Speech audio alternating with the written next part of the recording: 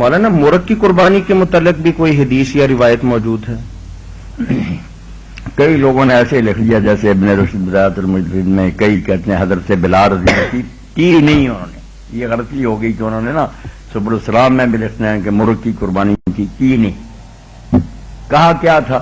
کہا یہ تھا کہ اگر میں بالفرض مرغ کی قربانی بھی کر دوں اور باقی بچے ہوئے پیسے کسی یتیم اور مسکین کو دے دوں تو وہ میرے نزدیک زیادہ پسندیدہ، بالفرض کی بات۔ جیسے کہ اللہ نے کہا کہ بالفرض اگر اللہ کا کوئی بیٹا ہوتا تو حضور کو کہا میں اس کا پجاری ہوں۔ یہ کہا کہ میں یہ کہتا ہوں کہ بالفرض میں مرغی دے دیتا ہوں، جیسے حقیر کہنا ہوتا، کرنا نہیں کہ صرف جیسے ہم کہا چڑیا ہی دے دی، تو ایسے ہی کہا کہ بالفرض اگر میں مرغی دے صدقے کی فضیلت بیان کی نا کہ قربانی کی نسبت اگر کوئی غریب نظر آتا تو اس کو دینا زیادہ۔